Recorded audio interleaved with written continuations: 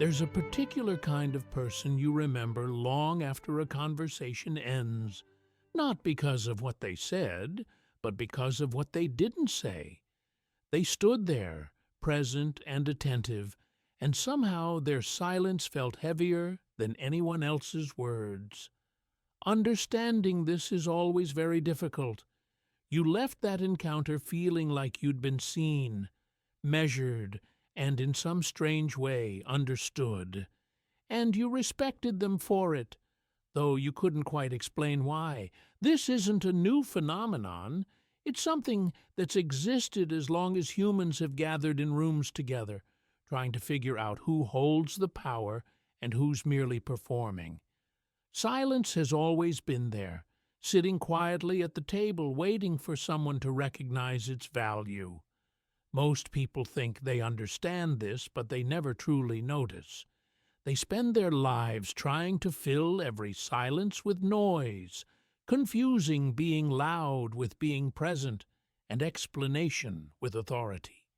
And without noticing, they give up something deeply valuable, something they actually possessed.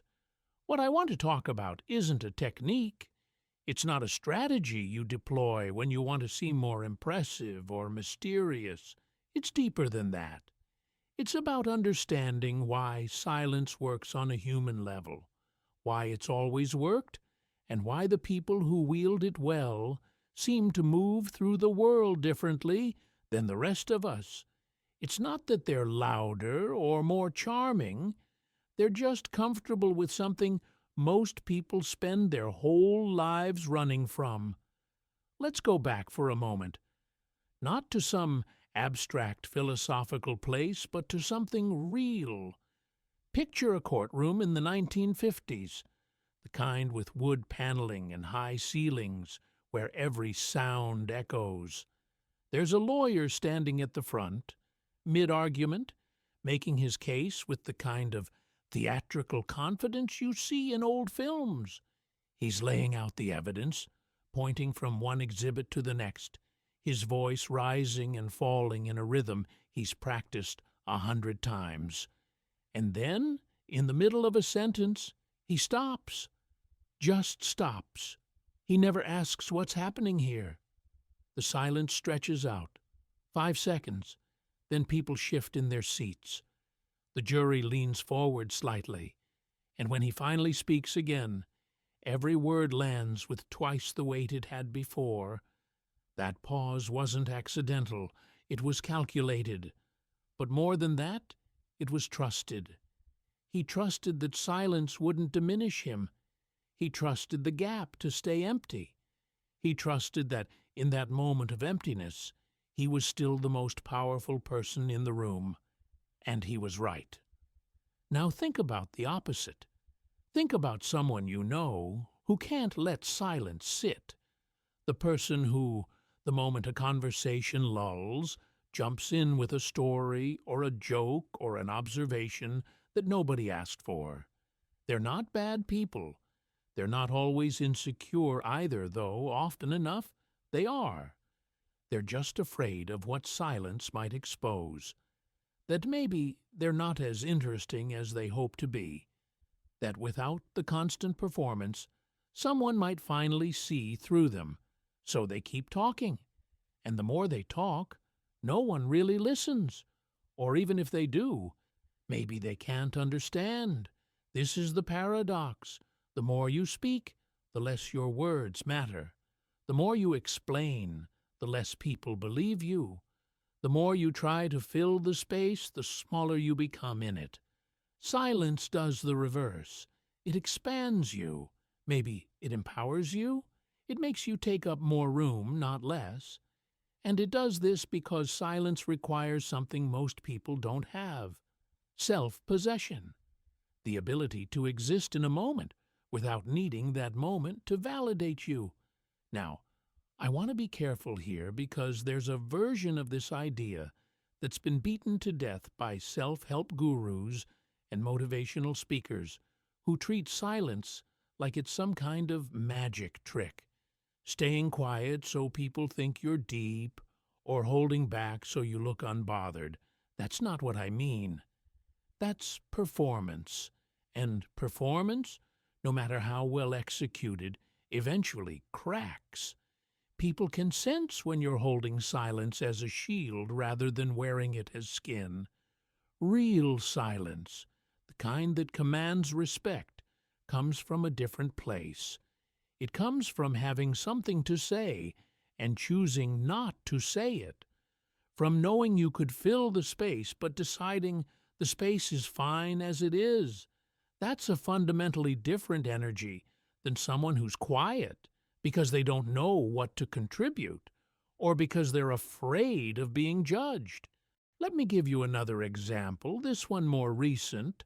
A few years ago, I was at a dinner party, the kind where everyone's a little too eager to prove how clever they are. The conversation moved fast, people talking over one another, dropping references, laughing at their own jokes. And there was one person at the table who barely said anything. He wasn't shy. He wasn't disengaged. He was just listening, really listening. And every so often, when someone would pause for breath, he'd make a single observation, not a joke, not a story. Just a simple, clear statement that reframed whatever had just been said. And every time he spoke, the entire table went quiet. Not because he was loud, but because his words had weight. They had weight because they were rare. Because when he opened his mouth, it meant something. By the end of the night, people were asking him questions, leaning in, trying to draw him out. He'd become the center of attention without ever meaning to. And I remember thinking, that was the difference. He didn't feed off the room's energy. The room fed off his. This is what silence does when it's used correctly. It shifts the dynamic. It makes people come to you instead of you going to them. And that shift, subtle as it is, changes everything about how you're perceived. But let's look at why this actually works. Silence is actually a state that overlaps with respect. Why does silence create respect when, on the surface, it feels like it should do the opposite? Why doesn't staying quiet make you disappear? The answer is rooted in how we process information and assess value. Human beings are wired to notice contrast. We notice what's different, what stands out, what breaks the pattern. In a world where everyone is talking, the person who isn't becomes the anomaly. And anomalies draw attention. But more than that, silence forces the people around you to project onto you. They fill in the gaps with their own assumptions, and those assumptions almost always skew in your favor. When you don't explain yourself, people assume you have nothing to prove. When you don't react, people assume you're unbothered. When you don't offer your opinion unless asked, people assume your opinion is worth more when you finally give it. These aren't conscious thoughts. They happen below the surface in the quick, instinctive judgments we make about status and competence. There's a term in psychology called the halo effect, where one positive trait makes us assume other positive traits exist. Silence creates a similar phenomenon. The discipline it demonstrates in one area makes people assume you have discipline in others. The control it shows in conversation makes people believe you have control in life. And here's the part that makes this so powerful. It's not entirely wrong, because staying silent when every instinct is screaming at you to defend yourself, to clarify, to be understood, that does require discipline. It requires a level of self-control that most people simply don't have. So when you demonstrate it, you're not faking anything. You're revealing something true about yourself. And people respect truth even when they can't articulate why. Let's talk about confrontation for a moment, because that's where silence becomes most difficult and most effective. Someone criticizes you. Someone questions your judgment. Someone makes a passive-aggressive comment designed to get under your skin. The instinct, for most of us, is to respond immediately, to correct the record, to defend our position, to make sure everyone knows we're not just taking it. But watch what happens when you don't. When you let the comment hang there in the air, unanswered, the person who made it starts to second-guess themselves. They wonder if you even registered it as an insult. They wonder if maybe they overstepped. And everyone else in the room. They're watching. They're seeing someone try to provoke you and fail. And in that failure, your stock goes up while theirs goes down. This isn't about being passive. It's not about letting people walk over you. It's about understanding that most provocations aren't worth the energy it takes to respond. Most tests of your ego are exactly that, tests, and the only way to pass is to show that your ego isn't fragile enough to need defending. Remember, you are valuable. There's a story about a Zen master, one I heard years ago and have never been able to verify, but it stuck with me. A student came to him, furious about something another student had said. He demanded the master punish the offender, or at least acknowledge the insult. The master looked at him and said, "If someone offers you a gift and you don't accept it, who does the gift belong to?" The student didn't answer. The master continued, "The same is true of insults. If you don't accept them, they remain with the giver." I don't know if that actually happened, but it's the right framework. Most of what people say to you, especially the negative things, isn't really about you. It's about them, their insecurity, their need to position themselves, their discomfort with your presence. And once you understand that, responding becomes optional. You can choose to engage, or you can choose to let it pass through you, like wind through an open window. That choice, that freedom, is what silence gives you. Remember, you are valuable. Now, there's a historical dimension to this that's worth exploring. Silence as a tool of power isn't new. It's been understood and used by leaders, thinkers, and strategists for centuries. In ancient Rome, the most respected senators weren't the ones who spoke at every session. They were the ones who spoke rarely. But when they did, the Senate floor went quiet. Their words carried weight precisely because they were scarce. In Japan, particularly during the Edo period from 1603 to 1868, there was a cultural understanding of Emma, which roughly translates to the space between things. It applied to music, art, conversation. The silence between notes was considered as important as the notes themselves. Leaders who understood Ma commanded respect not through constant speech, but through knowing when to speak and when to let silence do the work. Even in more recent history, there are plenty of examples. Winston Churchill, for all his famous speeches, was known to sit through entire meetings without saying a word, listening, taking it all in, and speaking only when he had something definite to add. Franklin Roosevelt used silence in press conferences too, letting questions hang just long enough for reporters to start squirming. These weren't shy men. They understood that power often shows itself most clearly in restraint. What's interesting is that this understanding seems to have faded in modern culture. We live in an age of constant content, constant commentary, constant sharing. The idea that you might not have an opinion on something, or that you might have an opinion but choose not to broadcast it, feels almost radical. We're expected to weigh in, to take a stance, to make our position known. And in that environment, the person who opts out, who stays quiet, stands out even more starkly than they would have in the past. But silence isn't just about power dynamics or respect in the traditional sense.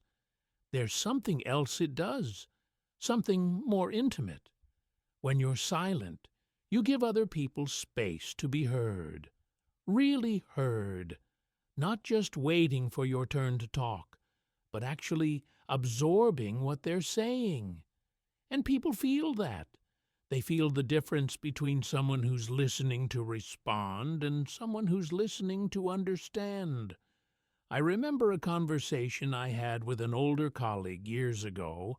I was young, eager to prove myself, and I was doing that thing young people do where you turn every discussion into an opportunity to showcase what you know. He sat there, nodding occasionally, not saying much, and at some point I realized I'd been talking for 10 minutes straight and he hadn't interrupted once. When I finally stopped, there was a pause. Then he said very simply, "You're smart, but you're not listening." It was one sentence. It hit me harder than any long lecture would have. That's what silence does. It creates room for truth. It creates room for connection. It strips away the performance and leaves something more real in its place. And here's the emotional core of it, the thing that makes silence so powerful and so difficult. Silence requires you to be okay with yourself, not in some abstract, self-help way, but in a very practical, moment-to-moment way. It requires you to sit in a room full of people and not need their validation, to have someone misunderstand you and not rush to correct them, to be judged or ignored or overlooked and remain steady.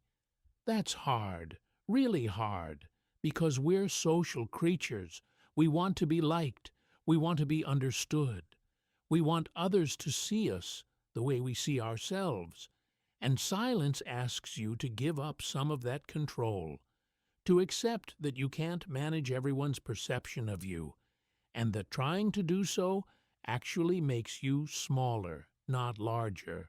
But when you get there, when you reach that place where you're genuinely okay with the silence, something shifts. You stop performing. You stop managing. You just exist.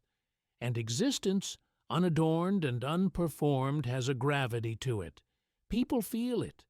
They might not understand it, but they feel it, and they respond to it with respect. This isn't about being cold or distant. It's actually about the qualities that make you who you are. You can be warm and still be silent. You can be engaged and still choose your words carefully. Silence isn't the absence of connection. It's the presence of intention. Every word you speak is a choice, not a reflex. Every response is measured, not automatic. And that intentionality, that consciousness, is what people pick up on. Remember, you are valuable. I think about this a lot in the context of modern life, where we're all so loud, so visible, so constantly broadcasting our thoughts, feelings, and experiences. We post, we comment, we react. We fill every spare moment with content. And somewhere along the way, we've lost something. We've lost the ability to sit with discomfort, to let things go unsaid, to trust that our value doesn't depend on constant display. The people I respect most, the ones who've stayed with me long after our interactions ended, they're almost always the quiet ones. Not silent in an antisocial way, but reserved in a way that suggests depth. They don't need to prove anything. They don't need to win the conversation. They're just there, solid and present, and that's enough. So what does this mean for you? How do you actually apply this without turning it into another performance, another mask? You start small, by noticing the impulse to speak and pausing to ask yourself whether what you're about to say actually needs to be said. Not whether it's clever or funny or impressive, just whether it needs to be said. You'd be surprised how often the answer is no. You practice sitting with discomfort. When someone says something that bothers you, you pause before responding. You let the feeling move through you without immediately reacting to it. You realize that most things don't require your immediate response. They can wait. And often, by the time you're ready to respond, the need to do so has passed entirely. You stop explaining yourself unless an explanation is truly required.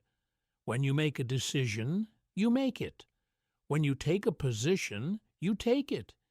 You don't justify it to people who haven't earned the right to question it, not out of arrogance, but out of self-respect. And you start listening, really listening, not to respond, not to find an opening, but to actually understand what the other person is saying. You give them your full attention, which is rarer and more valuable than any clever response you could offer. These are small things. They don't sound revolutionary, but practiced consistently, they change how you move through the world. They change how people see you, and more importantly, they change how you see yourself. Because at its core, silence is an act of self-respect. It's a statement that you don't need external validation to feel secure, that you're comfortable enough with who you are to let others draw their own conclusions, that you trust your presence is enough without the constant reinforcement of words. And when you carry yourself that way, people notice. Not consciously, perhaps, but they notice. They lean in a little more when you speak. They take you a little more seriously. They respect you a little more deeply. Not because you've manipulated them, but because you've shown them something rare. Someone who doesn't need their approval. That's the gift silence gives you. Not power in some abstract sense, but freedom.